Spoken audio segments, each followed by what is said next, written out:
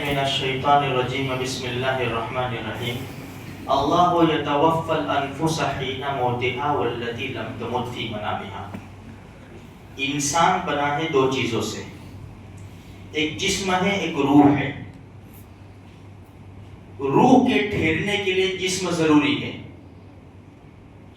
اور جسم روح کے بغیر بیکار ہے. اسی لیے جب انسان کا انتقال ہوتا ہے نا تو کیا ہوتا ہے، اس کی روح نکال لی جاتی ہے. اب وہ جسم بیکار ہے، اب وہ جسم کو ڈال دو قبر کے اندر. مسئلہ یہ ہے یہ روح جاتی کہاں ہے؟ کیا روح آتی ہے جانے کے بعد واپس؟ یہ ہمارے معاشرے کے اندر یہ بات چلتی ہے کہ بھئی جمعرات کو روح آتی ہے، شب برات پہ روح آتی ہے، اس طرح کی باتیں چلتی ہے. دیکھو قرآن اور حدیث کی تفسیر اور تشریح، یہ پورا خلاصہ میں آپ کو کہوں کہ جب روح نکالتے ہیں نا فرشتے،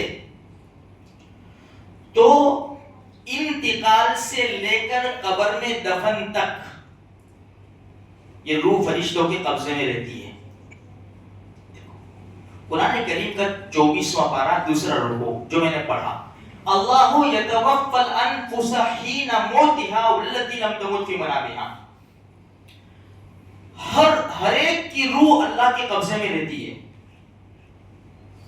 جو مر چکے ہیں وہ ان کی بھی، اور جو ابھی مرنے والے نہیں ہیں لیکن نیند کی حالت میں ہیں، ان کی روح بھی اللہ کے قبضے میں رہتی ہے. فَيُمْسِكُ الَّذِي قَضَى عَلَيْهَا الْمَوْتِ. اب جو یہی نیند کی حالت میں جو مر جانے والے ہیں ان کی روح تو واپس نہیں آتی. وَيُرْسِلُ الْأُخْرَى إِلَىٰ أَجَلٍ مُّسَمًّى. اور جس کی موت نہیں ہے تو مقررہ مدت تک، یعنی اس کی زندگی تک اس کی روح لوٹا دی جاتی ہے. تو جب انسان مرتا ہے نا تو اس کی روح انتقال سے لے کر دفن تک فرشتوں کے قبضوں میں رہتی ہے. جب مردہ قبر میں رکھا جاتا ہے تو اس کی روح لوٹائی جاتی ہے، پھر اس سے سوال و جواب ہوتے ہیں نا. اچھا، اس کے بعد نیک انسان کی روح، مسلمان کی روح علیین میں چلی جاتی ہے.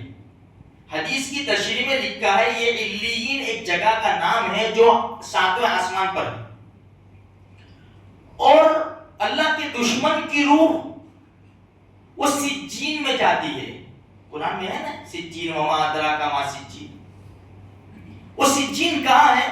وہ 7ویں زمین کے نیچے ہے، وہ عذاب والی جگہ ہے. ایمان والے کی روح چلی گئی علیین میں اور اللہ کے دشمن کی روح گئی سجین میں. اب یہ روح کب آئے گی؟ اچھا، ہے تو روح علیین میں، لیکن اس کا تعلق کہاں ہوتا ہے؟ جو قبر میں جس کی روح ہے نا اس سے اس کا تعلق ہوتا ہے. دیکھو ہم کیا کہتے ہیں، نیند ہے نا، نیند موت کی بہن ہے. سنا ہے نا آپ نے؟ ایسا کہتے ہیں لوگ، نیند موت کی بہن ہے. اس لیے کہ جب ابھی ہم نے سنا نا قرآن کی آیت میں کہ جب انسان سو جاتا ہے اس کی روح چلی جاتی ہے، جاتی اللہ کے پاس ہے، جیسے اس آیت سے ہمیں پتا چلتا ہے. لیکن ہے اللہ کے پاس، لیکن اس کا تعلق یہ سونے والے سے ہے. اس لیے انسان پاس سے پلٹتا ہے نا، ہاتھ ادھر سے ادھر کرتا ہے، کبھی کبھی کچھ بول بھی دیتا ہے خواب کے نیند کے اندر. تو روح تو چلی گئی لیکن اس کا تعلق ہے سونے والے سے. اسی طرح مرنے والے کی روح تو چلی گئی لیکن قبر میں اس کا تعلق ہے. اسی لیے ہم قبرستان جاتے ہیں نا تو ہم کیا سلام کرتے ہیں؟ السلام علیکم یا اہل القبور. اے قبرستان والوں تم پر سلامتی ہو. تو اس کی تشریح میں لکھا ہے کہ جواب دیتے ہیں قبرستان والے. ہاں، اس لیے اچھا اب ہمارا اصل مسئلہ کیا ہے؟ روح آتی ہے میرے بھائی، جب فرشتوں کے قبضے میں آ گئی، اللہ کے قبضے میں آ گئی، اس سے چھوٹ کے آ سکتی ہے۔ دوسرا سب سے بڑا مسئلہ، بھئی نیک انسان ہے وہ تو چلی گئی اللہ کے پاس، وہ دنیا کی فانی دنیا میں کیوں آئے گی؟ فانی دنیا میں اب یہ روح کیوں آئے گی؟ اس لیے ہم دیکھتے ہیں جب نیک انسان کی روح نکالی جاتی ہے نا تو اس کا جنازہ اٹھایا جاتا ہے، وہ کیا جلدی لے چلو، جلدی لے چلو، جلدی لے چلو، اور برا انسان کیا کہتا ہے؟ مجھے کہاں لے جاتے ہو، مجھے کہاں لے جاتے ہو؟ تو نیک انسان کی روح آ کر فانی دنیا میں کیا کرے گی؟ اچھا، کیونکہ وہ نعمتوں میں ہے۔ جو برا انسان ہے اس کی روح عذاب میں ڈالی جاتی ہے، تو عذاب سے چھوٹ کر کوئی آ سکتا ہے؟ قرآن کریم کا 18واں پارہ گواہی دیتا ہے نا، کیونکہ کیا کہے گا کافر؟ رب ارجعون، اللہ مجھے واپس لوٹا دے۔ کیوں ایسا کہہ رہا ہے؟ جب آنا ہی نہیں ہے، کوئی شکل ہی نہیں ہے، وہ قبضے میں ہے، تو پھر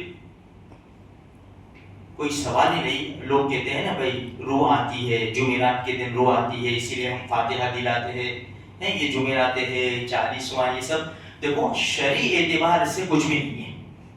ایک مسئلہ سمجھو میرے بھائی، لوگ ہیں نا قرآن پڑھنے والے بھارے سے بلاتے، میرے والد محترم کا انتقال ہو گیا اور میں کسی کو بلاؤں پڑھنے کے لیے جس کا دھندا ہے،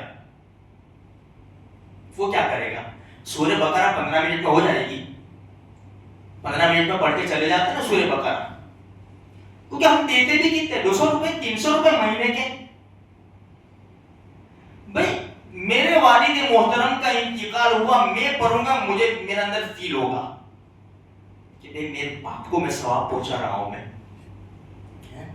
اسی لیے ایک رکوع پڑھو، 2 رکوع پڑھو، لیکن ہم خود پڑھیں، ہم خود پڑھیں، کیونکہ ہم پڑھیں گے تو یہاں سے آواز نکلے گی، سامنے والا پڑھے گا اس کو تو کیا ہے، وہ تو آگے نہ پڑھ کے چلا جائے گا۔ اس لیے میرے بھائیوں مسئلہ سمجھے ہم، یہ جو اچھا دیکھو دوسری بات بتاؤں آپ کو، یہ ہمارے وہاں جمعراتیں ہوتی ہے، 40واں ہوتا ہے، برسی ہوتی ہے، چھما، جو کچھ بھی کہتے، اب لوگ پڑھنے آتے برابر، اب پڑھ کے ہم ان کو بدلہ دے دیتے ہیں نا، کبھی دودھ کی شکل میں، کبھی نان کھٹائی کی شکل میں، کبھی کوئی مٹھائی کی شکل میں، کبھی کھچڑے کی شکل میں، بدلا دے دیا، ہمارے مردے کو کیا ثواب ملا؟ اصل مسئلہ یہ ہمارے بڑوں سے چلی آتی ہے رسم، شریعت میں کہیں بھی اٹھا کر دیکھو تو صحابہ کرام سے لے کر اولیاء کرام بزرگان دین کی زندگی اٹھا کر دیکھو ہے کہیں۔ اصل مسئلہ یہ ہے کہ ہم ثواب پہنچا دیں۔ دیکھو جب بھی اپنے مرحومین کی جب بھی یاد آ جاوے نا، جب بھی دن میں 10 مرتبہ یاد آوے تو 3 مرتبہ کم سے کم قل هو اللہ احد پڑھو، میرا خود کا معمول ہے، 3 مرتبہ کم سے کم قل هو اللہ احد پڑھ کر ان کا ثواب پہنچاؤ۔ ہم پڑھیں گے یہاں سے نکلے گا دل کے اندر سے میرے بھائیوں۔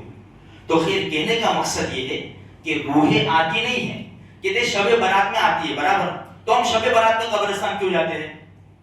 جب روحیں گھر آ جاتی ہے تو قبرستان میں کیا ہے، ہم کیوں جاتے ہیں؟ تو یہ سب کوئی حدیث سے ثابت نہیں ہے میرے بھائی، بس انسان گیا وہ گیا، اب جو کچھ ہے تم ایصال ثواب کرو۔ ایصال ثواب کے لیے کوئی ٹائم بھی مقرر نہیں ہے، کوئی دن بھی مقرر نہیں ہے، کوئی مہینہ بھی مقرر نہیں ہے، اس لیے اپنے سب سے پہلے تو ہم زندہ ہیں، خوب عبادت کر لے، خوب عبادت کر لے، اور اگر ہم فوت ہو گئے بچوں کو تعلیم دے کر جاوے کہ بیٹا یہ میں چلا جاؤں تو کچھ پڑھ کے بخش دینا، کچھ پڑھ کے۔ ایک چھوٹی سی میری بات بتاؤں، جب میں شاستری باغ کے پاس سے جاتا ہوں نا ہمارا قبرستان سے، تو میرے بچے ساتھ میں ہوتے ہیں نا، دیکھ بیٹا میں یہاں سے چلتا ہوں نا، میرے والدین سوئے ہیں، جب بھی یہاں سے جاتا ہوں کم سے کم 3 مرتبہ قل هو اللہ پڑھ کے میں پہنچا دیتا ہوں ثواب، تو بھی یاد رکھیو، اس لیے کہ بچوں کے دماغ میں بیٹھے گا۔ اللہ پاک کہیں سنی باتوں پر عمل کی توفیق عطا فرمائے۔